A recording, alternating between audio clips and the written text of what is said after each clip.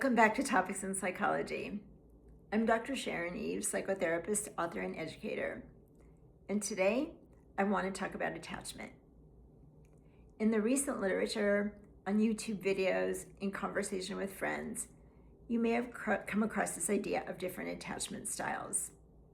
There are 4 of them that you've probably read about. You've probably tried to figure out which one is your primary attachment style. What's the attachment style of somebody you're in relationship with? How yours and theirs interact? Or you may have noticed a pattern that you tend to get in relationship or date over and over again. People with the same kind of attachment style. Good information. So with an anxious attachment style, when someone pulls away from you, you get clingy. You don't really trust that they're going to be there and care about you.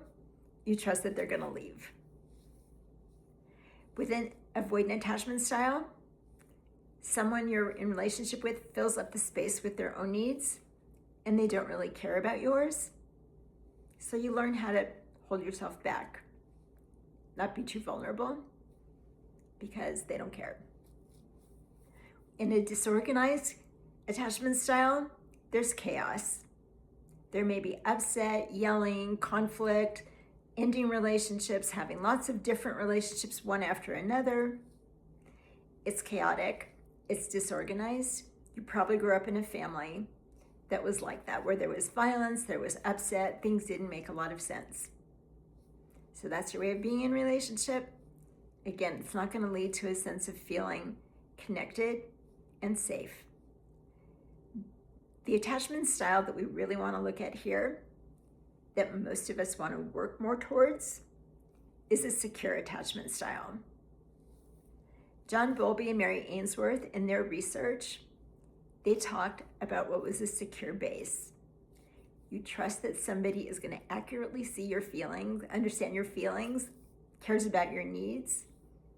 It's going to make that important to them, and it's going to offer you support, care, at the very least recognition. What does that mean for us today? Is it possible to move from an anxious, disorganized, or avoidant attachment style to a more secure attachment style? I've seen it over and over again. So let's look at what happened way back when to get some clues for how you might want to be with yourself now, to start to learn how to have a more secure attachment style. Attachment parenting is a way of parenting. It's not the norm in Western culture. It's not the norm in our country here. It's a way of attending to your child, noticing what they're feeling, what they need, and responding to that. If your child is crying, you pick them up and take them in your arms and comfort them. If your child is scared, you acknowledge that they feel scared and help them sort out what will make them feel safer. So the parent is tuning into what the child needs, their feelings, what they need, and what to do to care for them. File that away because that's really valuable for how you go forward. We tend to do detachment parenting here in the Western world. And the idea there is let a child cry it out, let a child figure things out for themselves, whether they're an infant or an older child, you let them figure it out on their own. And with that, a child learns. They don't learn to understand what they're feeling because people aren't reflecting that back to them. And they learn that nobody's listening, nobody's looking, nobody cares. You can imagine growing up with detachment parenting in your household, that it's hard to trust that people are going to actually see your feelings, care about them, and want to support you. In a family where, with the attachment style of parenting, where you learn, oh, this is what I'm feeling, people around me care about that. That's what helps you to have relationships where the love can flow. You can let love in, You can offer love. What does that mean for how you take care of yourself today? Do you try to understand what you're feeling?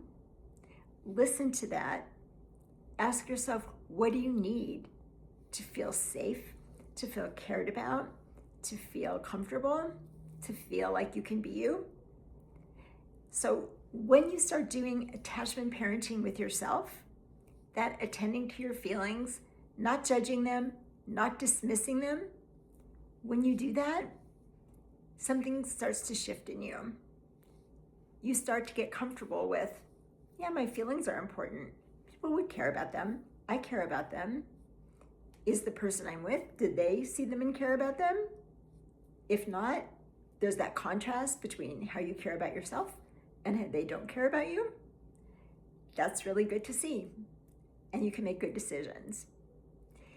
If you feel like somebody actually cares about your feelings, like you care about them, and they care about what you need, like you care about what you need, you're going to get more comfortable having a secure, loving relationship.